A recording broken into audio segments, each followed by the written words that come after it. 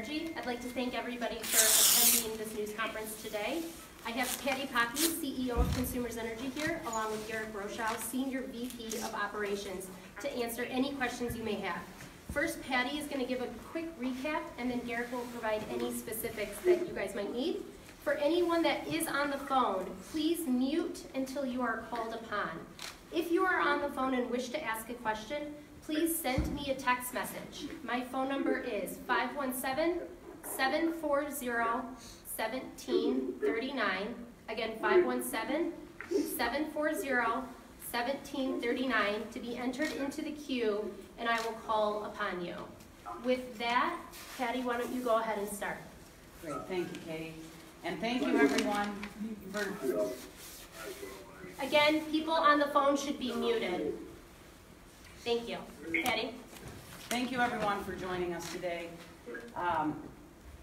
We are here to provide current status of the system and an update for what you can expect next. First of all, a recap of the events. We all experienced, and we're all experiencing, the extreme temperatures, record-breaking cold that occurred yesterday, combined with a fire that occurred at our largest storage and delivery facility. That facility is the Ray Compressor Station, which is in Macomb County, and therefore it affected our ability to deliver the gas that we have on hand and in storage. As you're aware, last night we made a broad appeal to residents as well as businesses throughout the day to reduce their use and actually curtailed large industrial customers across the state.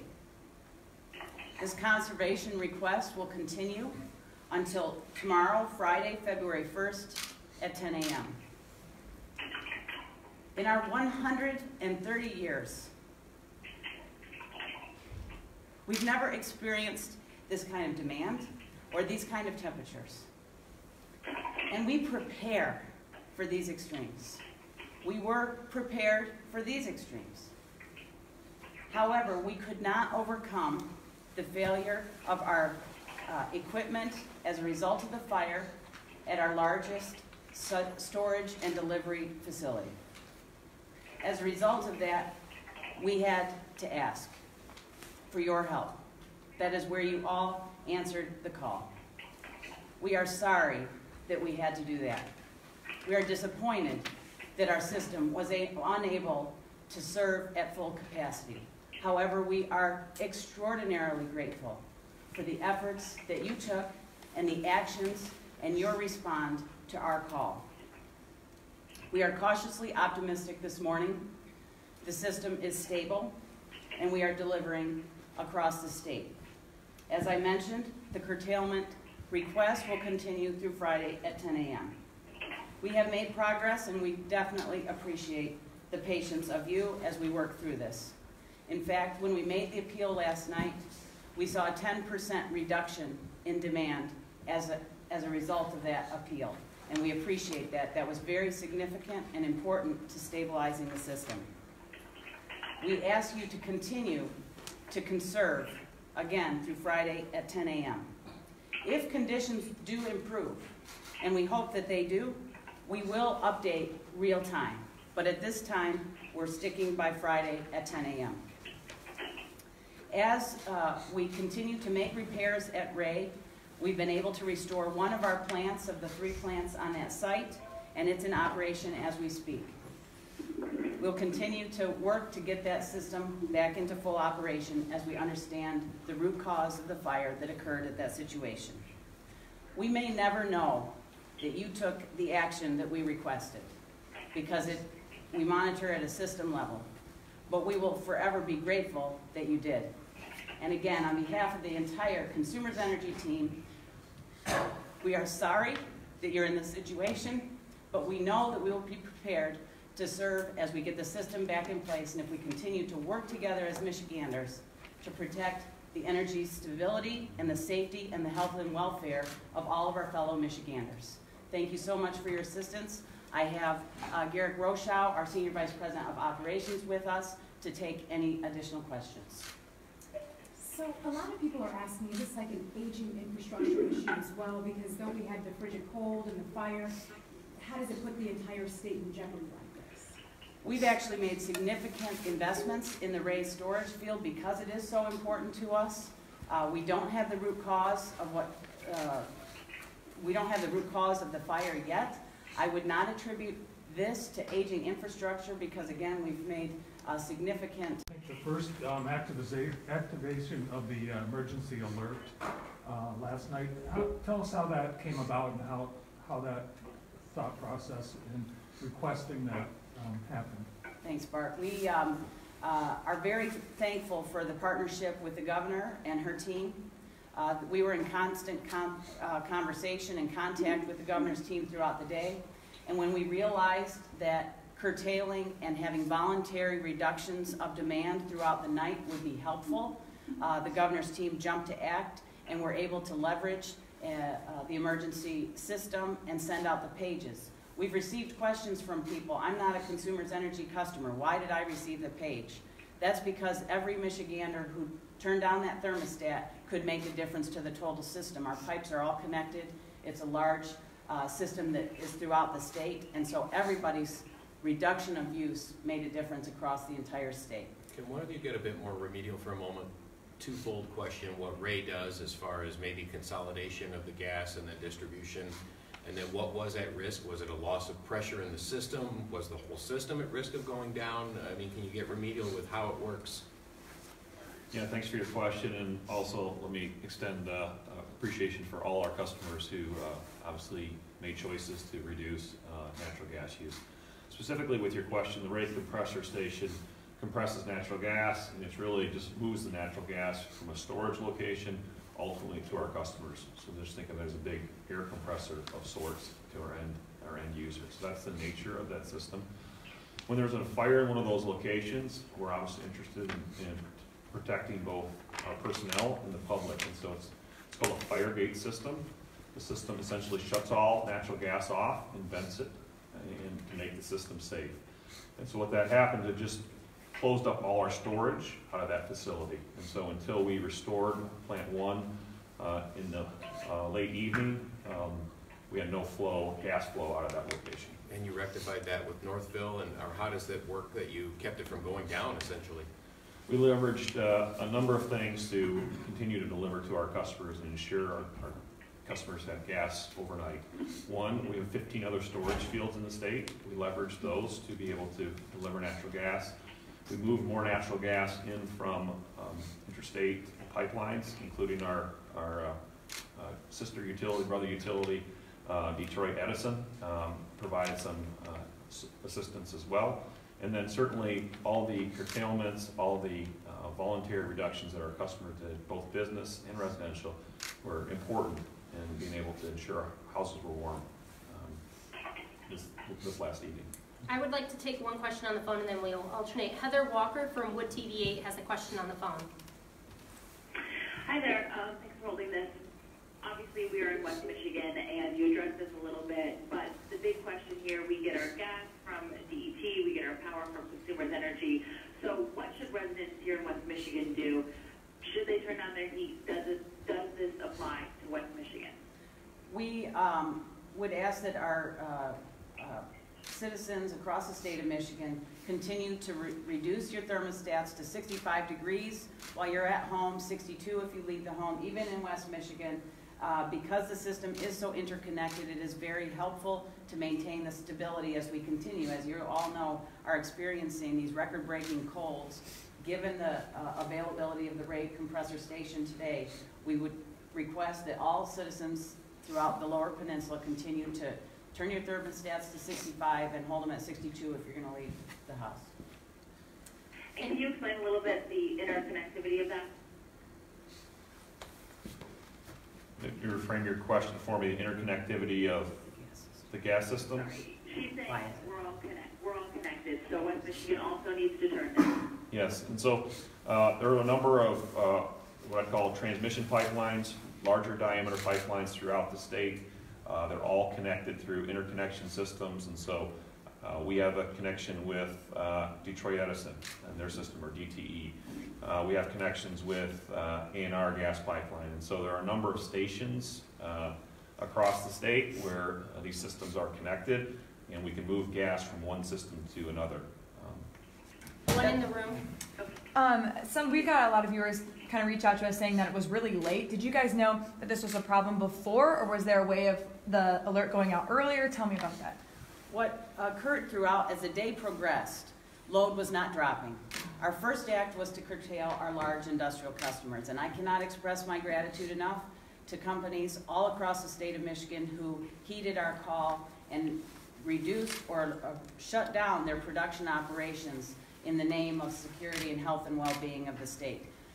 We expected to see a bigger drop in load as a result of that, but because the temperatures were so frigid and because residential wasn't reducing load yet, we had to make the call later. We had expected by that time in the day that we would have started to see a load reduction, and we had not.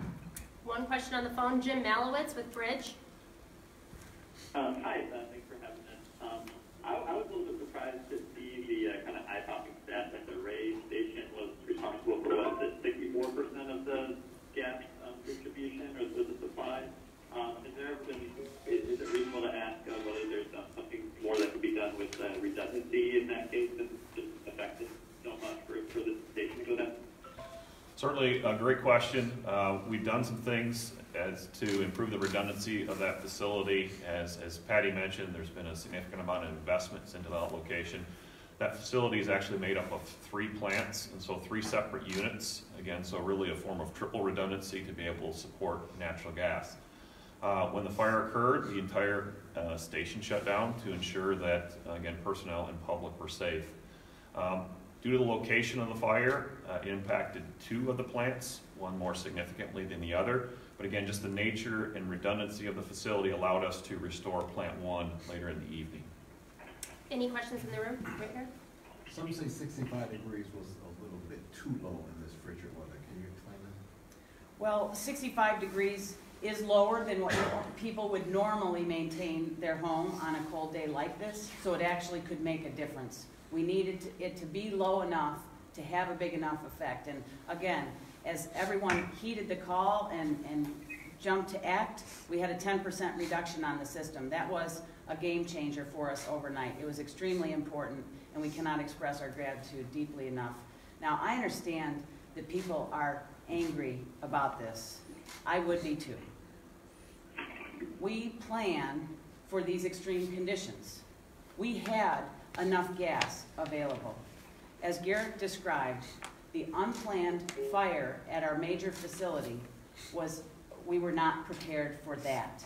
And because it plays such a significant role on an extreme day, it was a double combination that we could not overcome without the support of citizens all across Michigan. I am happy to report that no residential customers lost gas service as a result of this condition. Therefore, it worked. Our call to act was effective, and we're so grateful for people because of that. You've used terms like game changer with the reductions, et cetera. 24 hours ago, were you worried about this system going completely down?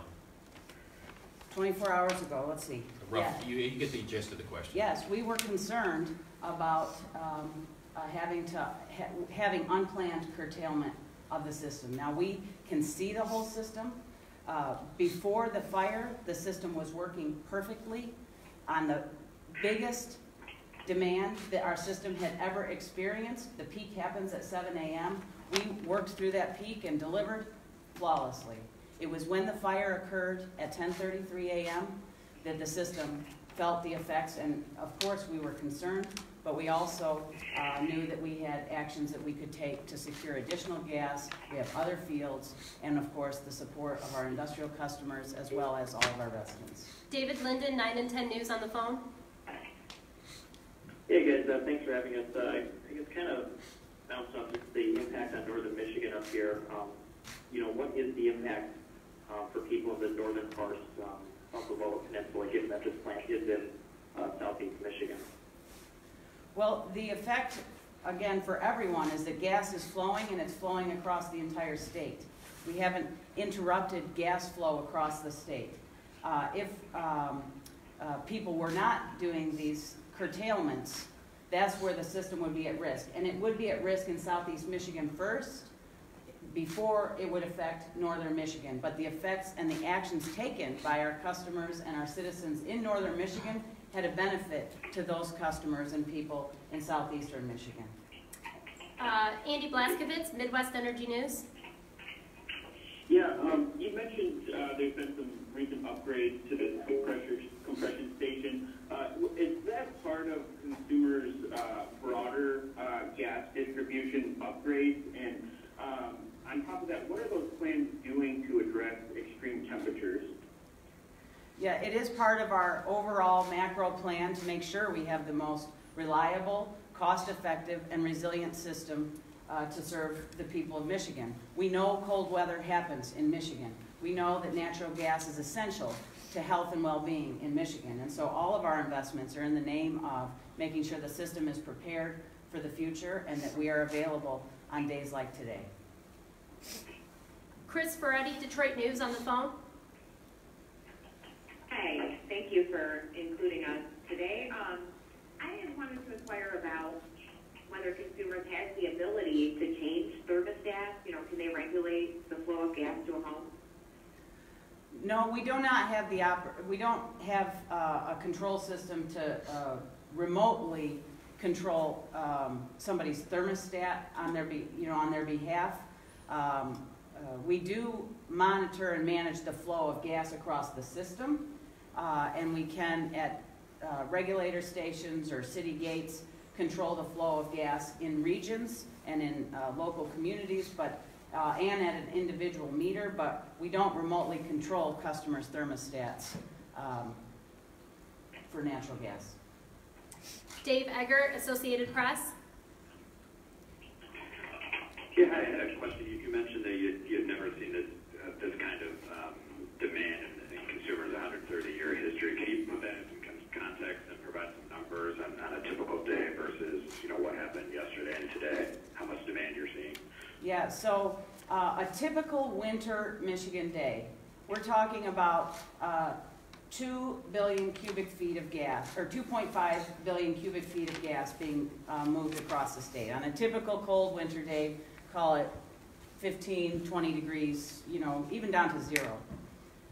Yesterday, at our peak demand, we had 3.3 billion cubic feet of demand. Our forecast for this morning, given the colder temperatures today than yesterday, was 3.7 billion cubic feet. Our previous record was 3 billion cubic feet. So yesterday we hit 3.3. We forecasted 3.7 for today, which is why we made the request for people to turn down their thermostats. As a result of that, we actually, this morning, our peak was closer to 3.3. So the actions that people took made a difference. And I cannot express, again, our gratitude for people taking the action because it worked. Louise, Herald Palladium. Yes, hi.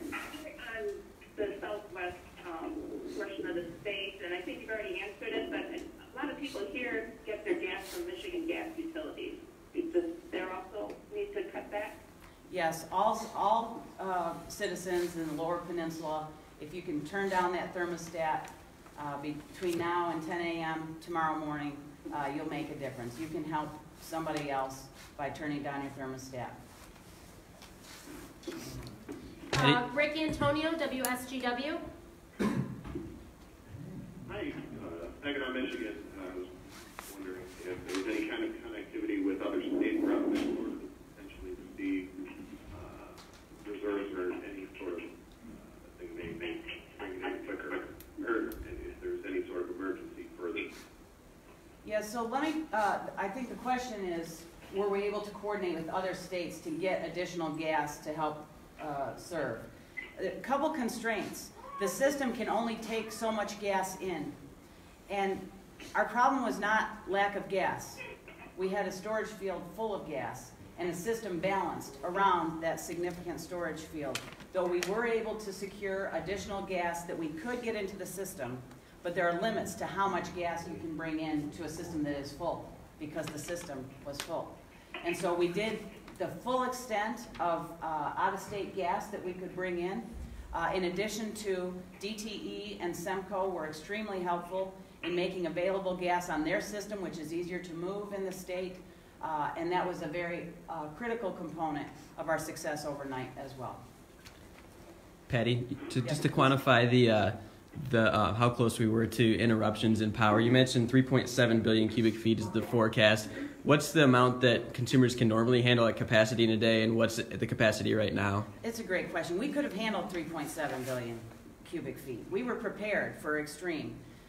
We just couldn't overcome the failure of the equipment following the fire and the safety shutdown of our largest storage and compression station. So how close would you say we were or are to any interruptions in power? Is that pretty close? Well, we did curtail our large business customers' natural gas flow. That did happen yesterday in a controlled manner to prevent residential and critical facilities like hospitals and senior citizens' homes from being interrupted. I would suggest, how close would you say that we came? Yeah, I would just suggest that the voluntary efforts and the curtailment efforts that dropped the load by about 10% was needed in order to be able to weather the peak that we saw this morning. So for some businesses, it wasn't voluntary; that was That's required. right. As part of our arrangements and our contracts, we requested that they curtailed their load and forego their production schedules, and they did.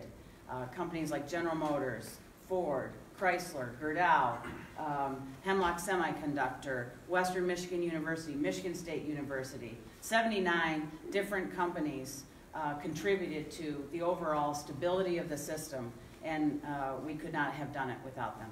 Based on that, can you, and you've used terms like optimistic and requesting people continue to do this through tomorrow. I mean, it's equally important now for people to still continue to maintain this? It is equally important that you continue to participate in voluntarily reducing your demand on the system. As soon as we have the system in a place where that is not necessary, we will definitely alert through all of our media channels. But for now, please continue through 10 a.m. on Friday night. Amy Lang, Fox 2, on the phone. Hi there, thanks so much for taking our call. We are hearing from some homeowners who say, gosh, my furnace isn't even firing up, then I call in a heating and cooling guy. The heating guy gets here and says, actually, there's nothing wrong with your furnace, it's just not getting the gas flow. Should people be aware of that being a possibility as you all are trying to get through your situation? That there's less gas flow even to the furnace in the first place, because people are paying for a service call and then finding out there's really nothing wrong with their furnace at all. So there's a couple important pieces to remember here. With these extreme cold, the furnaces are really operating all night long, and if our customers have a furnace that may be 20, 30 years old, there can be conditions with the furnace that prohibit or limit its use, and that's an important piece to call a service provider and address that. There are what I would call onesie twosies, or one customer, two customers in certain locations where there might be a limitation of natural gas flow that can impact the furnace. Those are really rare across the system, and we quickly respond with a service worker to go and address that situation. Again, I want to emphasize that it's not not at all a result of the work that's been talked about during this press conference and our capacity across the system. We have one final question in the room. If you have texted me and wanted to ask an additional question, I will make sure to get answers to you. But final question in the room. How long will the Ray Township plant be back up and running 100%? Well, so there's 3 plants at the Ray facility. One of those plants is up and running. The team worked through the night and about 10 o'clock last night got that plant back online. There are 2 remaining plants at that site. We need to confirm that what caused the fire has been properly repaired and mitigated before we can turn on those other units. So that is still to be determined. Thank you, everybody, for attending. Thank you, everybody, for attending on the phone. Patty, do you have any last words you want to say? I just would like to, again, express our gratitude. We may not know that you took actions to turn back your thermostat or you did your part, but we will forever be grateful. Thank you so much. Thank you, everyone.